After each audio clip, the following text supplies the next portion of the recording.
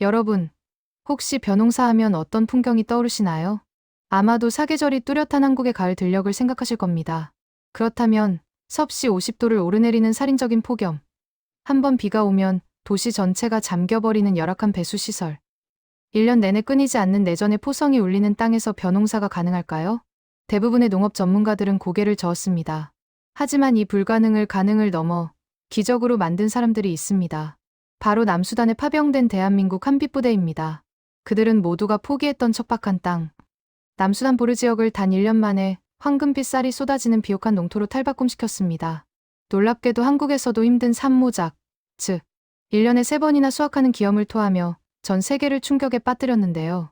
아프리카의 저주받은 기후를 축복으로 뒤바꾼 그들의 소름돋는 역발상 전략, 그리고 현지인들이 신이 내린 선물이라며 눈물을 흘린 사연까지. 지금부터 그 가슴 벅찬 이야기 속으로 들어가 보겠습니다. 먼저 우리가 주목해야 할 것은 한빛부대가 주둔하고 있는 남수단, 보르벌 지역의 지리적, 기후적 특성입니다.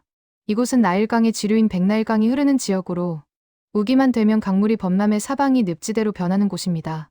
도로는 끊기고 마을은 고립되며 농작물은 썩어 들어가는 것이 일상이었죠. 게다가 건기에는 땅이 갈라질 듯한 건조함과 50도에 육박하는 폭염이 이어집니다. 농사를 짓기에는 그야말로 최악의 조건처럼 보였습니다. 유엔을 비롯한 수많은 국제구호 단체들이 이곳에 식량을 지원했지만 그것은 어디까지나 일시적인 방편이었을 뿐 스스로 식량을 생산한다는 것은 상상조차 하기 힘든 환경이었습니다. 하지만 한빛부대의 시각은 달랐습니다. 그들은 이 악조건 속에 숨겨진 가능성을 포착했습니다. 바로 물과 빛이었습니다. 한빛부대원들은 생각했습니다. 벼는 물을 많이 필요로 하는 작물이다. 우기에 범람하는 저 엄청난 양의 물을 가두어 관리할 수만 있다면?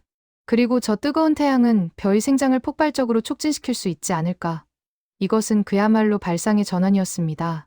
모두가 홍수를 재앙으로 볼 때 한빛부대는 그것을 풍부한 수자원으로 재해석했고, 모두가 폭염을 고통으로 느낄 때 그들은 그것을 작물의 광합성을 극대화할 에너지원으로 바라본 것입니다. 이 역발상을 현실로 만들기 위해 한빛부대는 치밀한 준비에 착수했습니다. 단순히 한번 해보자식의 도전이 아니었습니다. 그들은 먼저 척박한 땅을 개간하기 시작했습니다. 중장비를 동원해 잡초와 덤불로 뒤덮인 늪지대를 밀어내고 배수로를 정비하여 물기를 잡았습니다. 한국에서 공수해온 농업기술 매뉴얼을 현지 토양에 맞춰 새롭게 분석했고 한국농촌진흥청과 협력하여 열대 기후에서도 잘 자랄 수 있는 품종을 선별했습니다.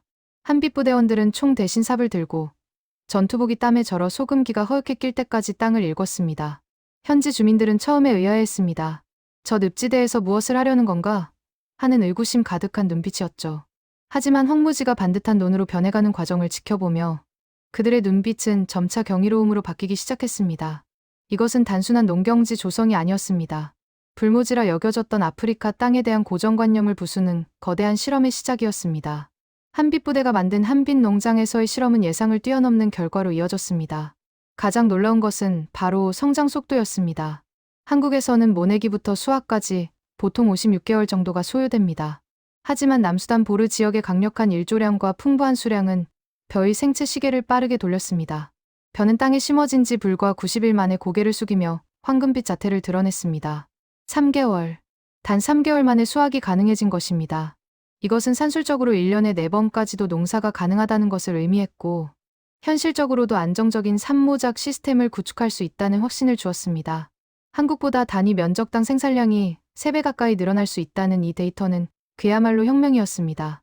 하지만 한빛부대의 목표는 단순히 쌀을 많이 생산해서 나눠주는 것에 그치지 않았습니다. 그들의 진정한 목표는 기술 이전 즉 물고기를 잡는 법을 가르쳐주는 것이었습니다. 한빛부대는 현지 최고 지성인들이 모인 존 가랑존 게랭 대학교와 손을 잡았습니다. 농업대학 교수진과 학생들을 초청해 한빛농장을 실습장으로 개방했습니다. 단순히 보여주기식이 아니었습니다. 파종부터 물 관리, 비료 주기, 병충해 방제, 그리고 수확과 탈곡에 이르는 전 과정을 하나하나 전수했습니다. 특히 한국의 선진 농업 기술과 현지의 기후 특성을 결합한 맞춤형 영농법을 교육하는 데 주력했습니다. 이 과정에서 한국형 품종과 현지 품종을 교배하거나 비교 재배하는 실험도 진행되었습니다. 한국 쌀의 찰기와 맛, 현지 쌀의 생명력을 결합하려는 시도였죠. 현지 대학생들의 반응은 폭발적이었습니다. 교과서로만 배우던 농업 이론이 눈앞에서 현실이 되는 것을 보며 그들은 희망을 보았습니다. 한 학생은 인터뷰에서 우리 땅이 저주받은 땅인 줄 알았는데 사실은 축복받은 땅이었다는 것을 한국 군인들이 알려주었다며 감격해했습니다. 한빛부대원들은 군인 신분이었지만 이때만큼은 훌륭한 농업 선생님이자 멘토였습니다. 그들은 언어의 장벽을 넘어 땀방울로 소통했고 함께 논에 들어가 피를 뽑으며 깊은 유대감을 쌓았습니다. 이것은 일방적인 원조가 아니라 함께 미래를 만들어가는 진정한 파트너십의 현장이었습니다. 드디어 결실의 계절이 찾아왔을 때 한빛 농장에서는 감동적인 수확제가 열렸습니다. 콤바인이 지나간 자리에 쌀 포대가 쌓이자 지켜보던 현지 주민들과 종가랑 대학 관계자들은 환호성을 질렀습니다. 이날 수확된 쌀의 양과 품질은 현지 농법으로 재배했을 때와는 비교조차 할 수 없을 정도로 압도적이었습니다. 벼 이삭 하나에 달린 나달의 수가 현지 종자보다 훨씬 많았고 쌀 아래 굵기도 튼실했습니다. 무엇보다 1년에 한 번 겨우 수확하던 관행을 깨고 1년에 3번이나 이런 수확을 할 수 있다는 사실은 남수단의 고질적인 식량난을 해결할 마스터키로 받아들여졌습니다. 현지 반응은 뜨거웠습니다. 남수단 정부 관계자와 지역 주민들은 한빛부대를 향해 신이 내린 선물이라며 극찬을 아끼지 않았습니다. 특히 쌀을 주식으로 하지 않던 일부 주민들조차 찰지고 맛있는 한국식 쌀맛에 매료되었습니다. 한빛부대는 수확한 쌀을 지역 난민촌과 고아원, 병원 등에 기부하며 나눔의 가치도 실천했습니다. 배고픔에 지쳐있던 아이들이 하얀 쌀밥을 배불리 먹는 모습은 그 어떤 군사 작전 성공보다도 값진 장면이었습니다. 이 성과는 단순히 보르 지역에만 머물지 않았습니다. 한빛부대의 성공 사례는 남수단 전역으로 퍼져나갔고 다른 지역에서도 농업기술 전수를 요청해오기 시작했습니다. 원조를 받던 나라에서 원조를 주는 나라로 성장한 대한민국의 역사가 이제 아프리카 땅에서 또 다른 기적의 씨앗이 되어 자라나고 있는 것입니다.